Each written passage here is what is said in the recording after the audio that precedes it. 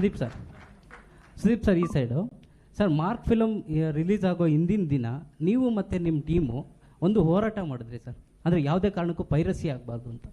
So ಈಗ 30ನೇ ತಾರೀಕು sensor ತೊಗೊಂಡು ವಿಜ್ಞಾನ ಎದುರಾಗಿ ಬಂದಿದ್ದಾರೆ ಪ್ರೇಮ್ ಸರ್. ಈಗ KD ಫಿಲಮ್ಗೆ ಪೈರಸಿ ಆಗದಲ್ಲೇ ಇರೋದಕ್ಕೆ ನೀವೇನಾದ್ರು ಟಿಪ್ಸ್ ಕೊಡ್ತೀರಾ ಸರ್? 100%. ಪೈರಸಿ ಅನ್ನೋ ದೊಡ್ಡ ಭೂತ ಸರ್ ಸ್ಯಾಂಡಲ್ವುಡ್ಗೆ, ಕೇಳ್ತಾ ಇದ್ದೀನಿ. ಅಂದರೆ ಈ ಭೂತದ ಬಗ್ಗೆ ಮಾತಾಡಲ್ಲ. ಪೈರಸಿ ಆಗದೆ ಇರೋಂಗೆ KD ಸಿನಿಮಾನ ಥಿಯೇಟ್ರಲ್ಲೇ ರಿಲೀಸ್ ಆಗಿ ಏನಲ್ಲ, ಕೂತಿದ್ದಾರೆ ಧ್ರುವಾರ್ ಕೂತಿದ್ದಾರೆ, ಒಳ್ಳೆ ಅಭಿಮಾನಿಗಳ ಒಂದು ಬಳಗ ಇದೆ ಅವರಿಂದ, ಒಳ್ಳೆ ಕರ್ನಾಟಕದ ಜನತೆ ಇದೆ ಅವರಿಂದ, ನೋಡ್ಕೋತಾರೆ ಬಿಡಿ, ತಲೆ ಕೆಡಿಸ್ಕೊಬೇಡಿ. ಆ್ಯಂಡ್ ಇನ್ನೊಂದು ಸರ್, ಕಳ್ತನ ಮಾಲ್ನ ಆಸೆ ಪಡೋರು ಶಿವಾಜಿನಗರದಲ್ಲಿ ಸಿಗ್ತಾರೆ. ಹಾಗಂತ ಯಾವ ಮಾಲ್ ಕ್ಲೋಸ್ ಆಗಿಲ್ಲ.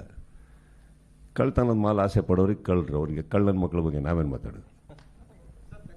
ಹಾಗಂತ ಈಗ ಥಿಯೇಟ್ರಿಗೆ ಹೋಗಿ ಲೈನಲ್ಲಿ ಕ್ಯೂ ಆಗಿ ನಿಂತ್ಕೊಂಡು ಅಷ್ಟು ಜನ ಹೋಗ್ತಾ ಇರ್ತಾರಲ್ಲ, ಅವ್ರ ಬಗ್ಗೆ ಮಾತಾಡೋಣ. ನೋಡಿ, ಪೈರಸಿ ಇದ್ರು ಎಷ್ಟು ಪ್ರೀತಿಯಲ್ಲಿ ದೇವ್ರ ದರ್ಶನಕ್ಕೆ ಬರ್ತಾ ಇದ್ದಾರೆ ಅಂತ. ಥಿಯೇಟ್ರು ನಮ್ಮ ದೇವರು ಸರ್.